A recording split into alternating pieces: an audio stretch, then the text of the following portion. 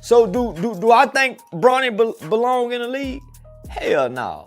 He ain't that good.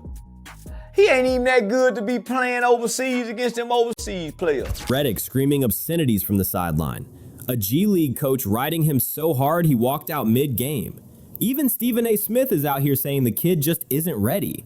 And now, LeBron himself is getting into it courtside. This footage of Bronny James is tearing up social media right now, so let's break it down. The viral explosion. Look, sometimes sports give us these moments that are bigger than the box score. You feel that raw tension, the clash between chasing greatness and the crushing weight of everyone watching your every move. That is exactly what we are looking at today. This clip didn't just go viral, it broke the internet. It started a million arguments and forced every basketball fan to face a simple yet incredibly messy question. Can Bronny actually handle this? Because here's the reality, and you need to understand the full context before we even roll the tape. Bronny got picked up by the Los Angeles Lakers at 55 overall in the 2024 NBA draft. That pick started a wildfire of controversy that is still burning way into 2025. Being the son of LeBron James, maybe the greatest to ever lace them up, meant Bronny walked into the league with a target on his back unlike any rookie we have ever seen.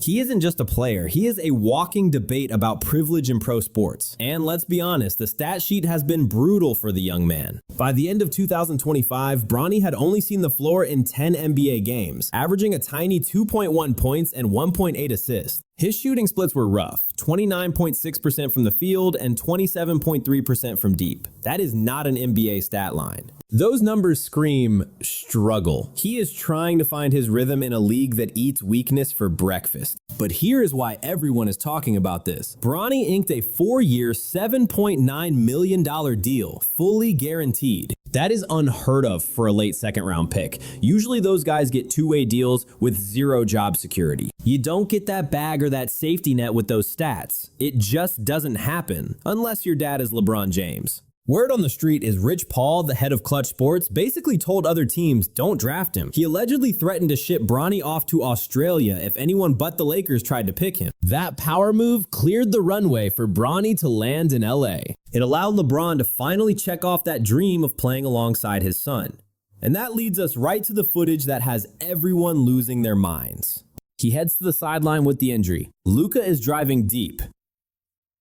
Kicks it to the corner. Bronny is getting the start tonight. He is seeing plenty of action. The first clip that went nuclear across social media shows Lakers head coach JJ Redick absolutely losing it on Bronny during a game. It all went down after Bronny passed up a wide open jumper. That is a huge no-no in basketball, especially when your coach preaches the 0.5 mentality. Make a decision in half a second or move the rock. Reports say Redick screamed, "Bronny, you gotta shoot the fucking ball." You could see the frustration boiling over at the kid's hesitation. Bronny played 10 minutes that night and only put up 2 shots. 2 shots in 10 minutes. To put that in perspective, you can't be that passive and expect to have a real career in this league. That video blew up instantly. Millions of views, endless memes, and every sports talk show host giving their 2 cents. Some folks loved it. They gave props to Redick for holding Bronny accountable, treating him like any other player chasing greatness. But others thought it was too much, arguing that publicly humiliating a 21-year-old who is already struggling is just toxic. People are saying they wouldn't do this for anyone else. And look, I get it. If his last name wasn't James, the Lakers wouldn't be investing this much time and money into a developmental project. If he wasn't LeBron's kid, this whole thing would be called what it is: nepotism. Charleston White, who never holds back, laid out the nepotism argument as bluntly as possible. He pointed out that Bronny averaged 4 points in college and still got a $7 million guaranteed rookie deal. That is unheard of. He asked, "Isn't that taking food off someone else's plate?" The kid didn't earn that spot. Bronny's freshman year at USC was underwhelming, to put it nicely. He put up 4.8 points, 2.8 boards, and 2.1 assists a game, shooting 36.6% from the floor over 25 games.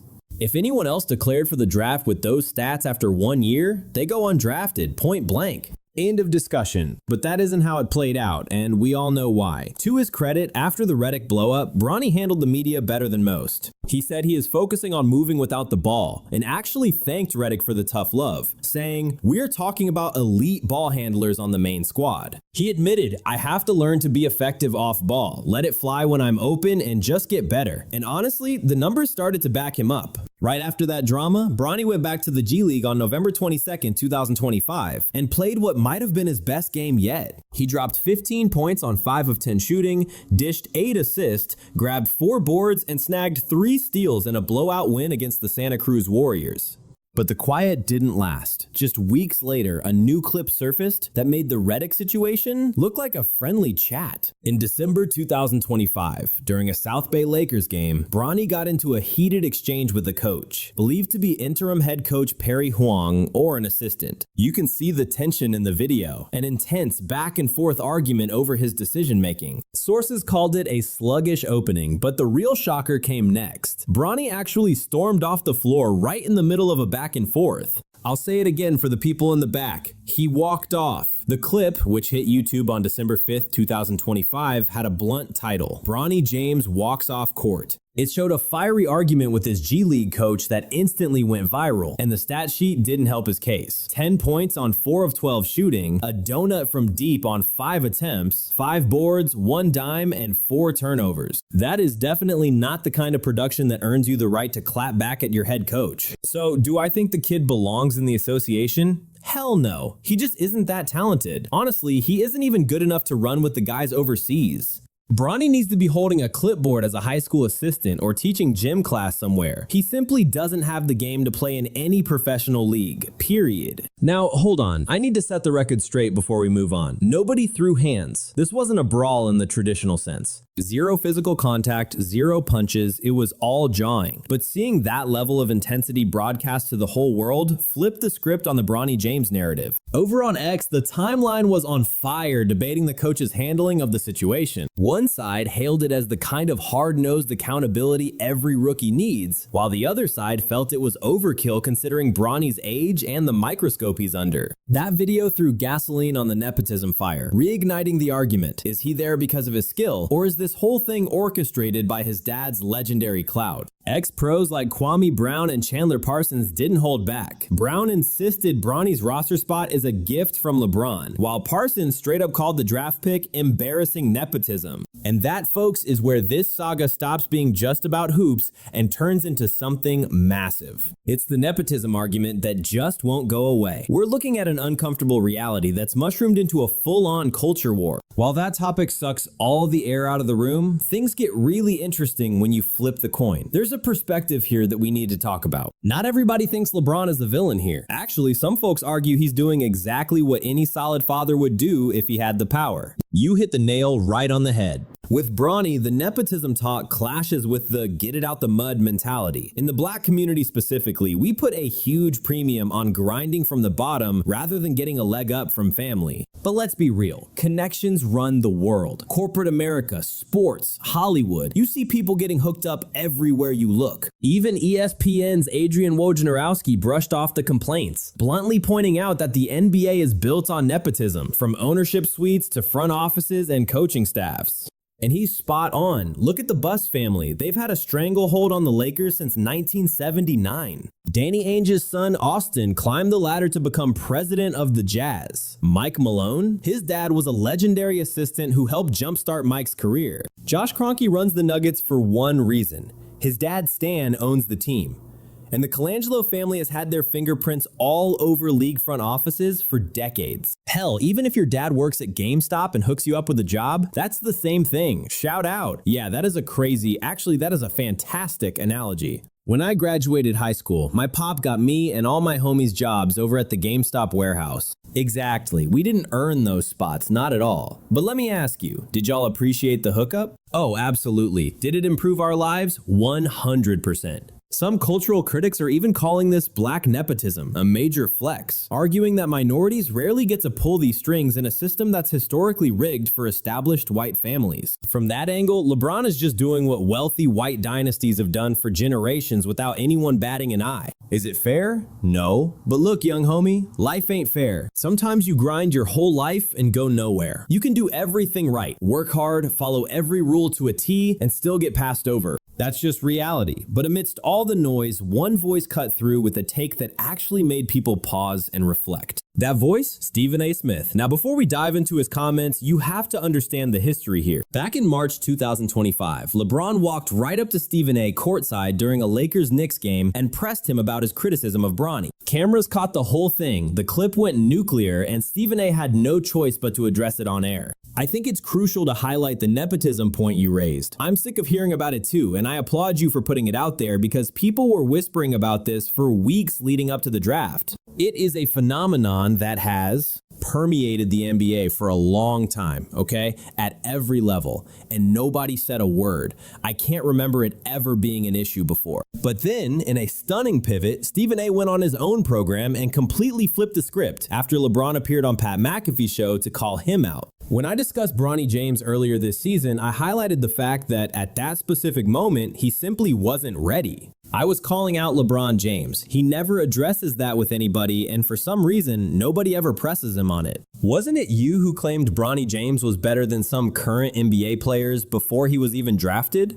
Wasn't it you who said, if you want me, draft my son, just because you wanted to play with him for a year? Wasn't it you who literally circumvented meritocracy within the National Basketball Association? This heavyweight sparring match between LeBron and Stephen A. has morphed into one of the juiciest subplots of this entire saga. Stephen A. went on an absolute tear, defending his turf with that signature heat. He flat out said he is lying when he says that I attacked his son. When he walked up to me at the scorer's table during that Lakers-Knicks showdown, he wasn't keeping it 100. Then he completely blindsided me when he snapped, "Stop trashing my son, man. We're way past that FCC Airways drama. You need to cut that out." I honestly had zero clue where he was coming from. It caught me flat-footed. Now, if he had stepped to me and asked, "What is your problem? Why are you questioning my parenting?" I would have told him straight up, it is because of how you were showcasing the kid on the NBA hardwood for the whole world to judge. LeBron's media blitz certainly didn't do the kid any favors. He famously claimed Bronny was already better than half the guys on League Pass before the kid even declared for the draft. That take has aged about as gracefully as a carton of milk left on the dashboard in the middle of July.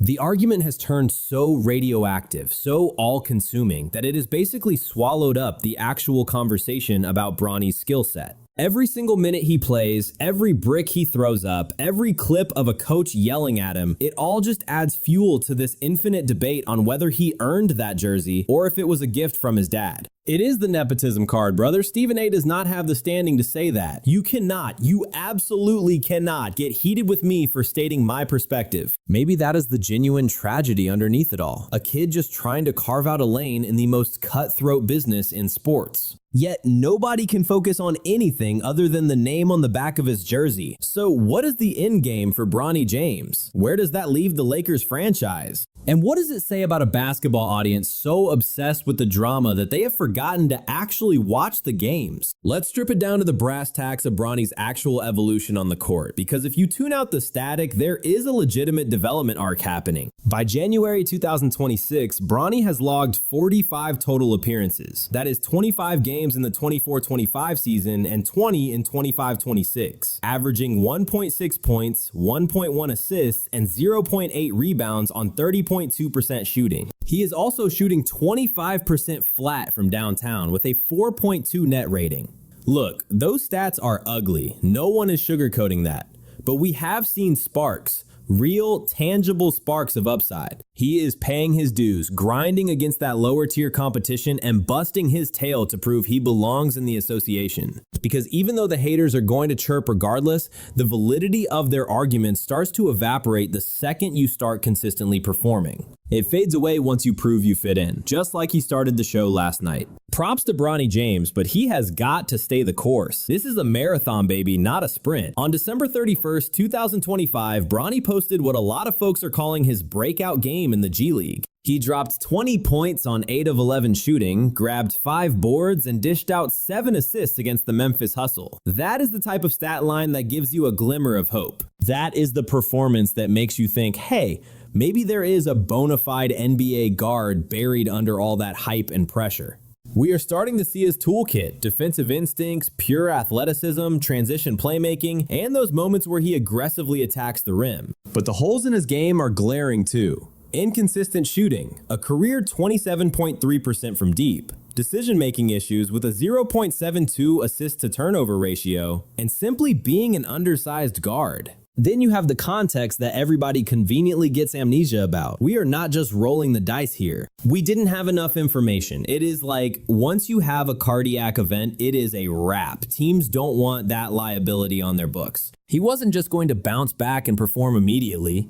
He told me, "Man, I've got to keep it real with you. It took me 2.5 years to feel normal again, to get my body and mind right." He told me, "When that happened to me, I was 23. Bronny was only 19. He said, "It is going to take a while." It takes time, and I respect that logic, but you also have to look at what he is doing right now, less than 2 years removed from the incident. Exactly, and that all comes down to his grit. Back in July 2023, Bronny went into cardiac arrest at a USC practice because of a congenital heart defect. He needed surgery and missed half his freshman year. That is heavy. That isn't something you just shake off over a weekend. For a 19-year-old to literally die for a moment, face that trauma, and then grind his way back to elite basketball, that requires a level of mental toughness most people can't fathom. Bronny actually spoke on this in a rare interview with The Athletic in March 2025. He admitted he knew the Nepo baby talk was coming, but he claimed he uses it as rocket fuel. "I see everything. It just adds fuel to the fire. LeBron isn't flawless, and I am the first guy to call out his mistakes on the hardwood. Strictly basketball. But let me tell you something. The man is an all-timer. He has never cheated the sport. That guy works his fingers to the bone to get better every single day. If you copy your dad's work ethic, you are going to be just fine. And yet the Lakers are holding the line. As of January 2026, they haven't traded him, haven't cut him. Even with the efficiency struggles, the front office, sitting at 25-20, seems all in on the long-term project. You cough up the ball in practice? I am calling you out. You miss a rotation on film? I am calling you out. That is the only way this works. You know this from being around locker rooms. The minute the stars get a different set of rules, you lose the rest of the roster. So you need a blueprint. But the blueprint is simple, Malika. Do your job. And the job is to coach the kid. Coach him to win games. The scouts watching his arc closely see two paths. Path 1, Bronny turns into a solid defensive specialist and role player. Think of a guy like Colin Gillespie. Path 2, the struggles continue until LeBron hangs them up, rumored to be the 26-27 season, at which point the Lakers might finally pull the plug. But maybe the biggest question mark isn't even about Bronny. Maybe it is about us. It is about how we devour sports content, the storylines we decide to blow up, and whether we even let young athletes breathe and develop in this era of hot takes and viral clips. What is next season going to look like for King James? Hear me out. Your son is on the roster now. It doesn't matter how wrong the critics are. People are going to keep throwing that nepotism label right in LeBron's face. Things are bound to get tense with the roster. Just remember what Udonis Haslem warned about a few weeks back. He said you are going to have guys in that Lakers locker room looking sideways the minute JJ Redick walks in. It is not just about LeBron or even the arrival of Bronny James. It is the fact that JJ Redick is the coach now, the same guy who was hosting a podcast with your superstar teammate right in the middle of the season. That viral clip of JJ tearing into Bronny, plus that whole incident where he walked off the court in the G League, has turned into a massive Rorschach test for how we view pro sports. One side sees necessary accountability, another sees straight up cruelty. Then there are those who see a father's influence warping a game that is supposed to be merit-based. Some might even argue it is a system finally opening doors that have been shut. What's next season gonna be like for LeBron James? Hear me out. Your son is now a member of the team. Regardless of how wrong we know people are going to be, they're going to be throwing nepotism in LeBron's face. They're going to be throwing, some of the teammates. Remember, Udonis Haslem said weeks ago, you're going to have people in the Laker locker room once J.J. Redick arrived, because it's not just LeBron, not just Bronny James that's arrived. It's J.J. Redick, who you were doing a podcast with during the season, that arrived. For a mother or father than their child. So trying to navigate a full professional season alongside your son, I imagine there is no blueprint for that. I am pretty sure nobody has ever walked that road before. Consequently, you are going to see some incredible emotional highs, but there will definitely be some lows to go with them. As long as his dad is active as one of the greatest to ever play, and as long as the arguments about nepotism versus merit keep heating up, every second of his career is going to be dissected, criticized, and memed into the ground. Bronny James is set to remain one of the most intriguing, maddening, and rawly human narratives in professional sports. Because when it comes down to it, he is just a 21-year-old guy trying to find his identity, not as LeBron's kid, but as Bronny James, the basketball player. Whether the world will actually give him the chance to do that is up for debate. Thanks for watching. If you like this breakdown, go ahead and click one of the cards popping up on your screen now to check out more videos like this.